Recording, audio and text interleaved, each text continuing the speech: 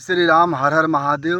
મૃત્યુ અને દુઃખને મનુષ્ય સામેથી બોલાવે છે.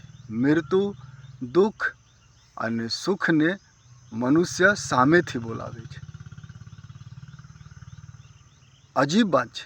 મૃત્યુને સામેથી લોકો બોલાવે છે.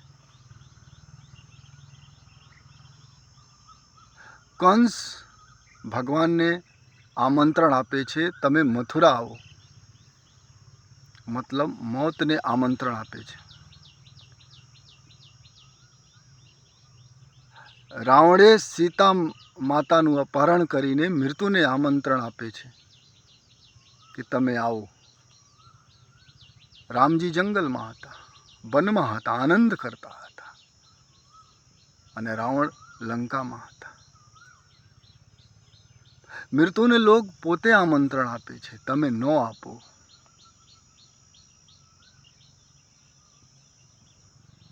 દુઃખને પણ લોકો આમંત્રણ આપે છે.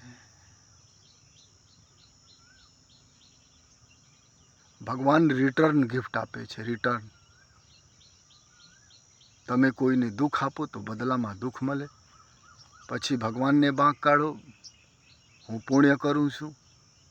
કોઈ દિવસ તો ખોટા કરેલા હોય તો ફલ તો મળે.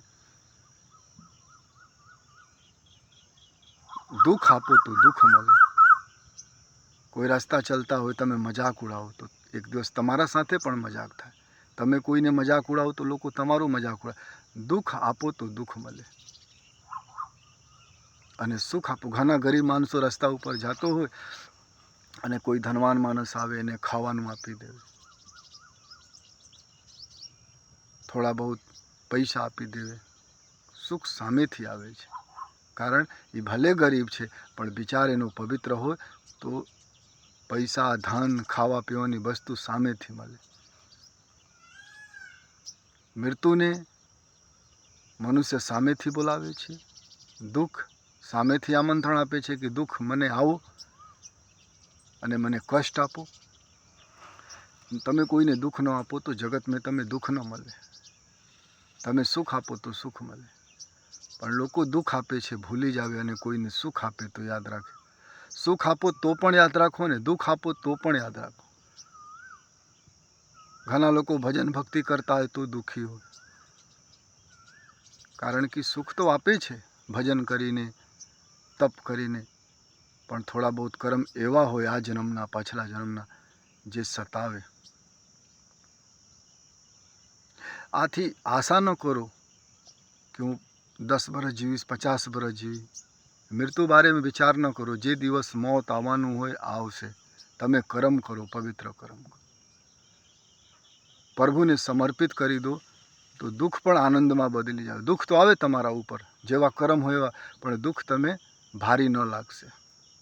દુઃખમાં પણ તમે ભજન કરી શકો, દુઃખમાં પણ તમે આનંદ કરી શકો. ક્યારે? જ્યારે પ્રભુને સમર્પિત કરી દો અને એ સુખ કરતાં શ્રેષ્ઠ બની જાય. પણ જ્યારે મનમાં અહંકાર આવી જાય, અભિમાન આવી જાય, તો સુખ પણ દુઃખદાયી બની જાય. ઘરમાં પુત્ર હોય દુઃખદાયી બની જાય. પુત્ર દુઃખ આપે. ધન હોય, ધન પણ ક્યારે ક્યારે દુઃખ આપે. તો એ તમારા ઉપર છે. જગતને સુખ આપો તો સુખ મળે, જગતને દુઃખ આપો તો દુઃખ મળે. મૃત્યુ ક્યારે થાય મત વિચારો. જ્યારે થાય ત્યારે બરોબર થાય. ભગવાન જે કરે એ બરોબર કરે છે.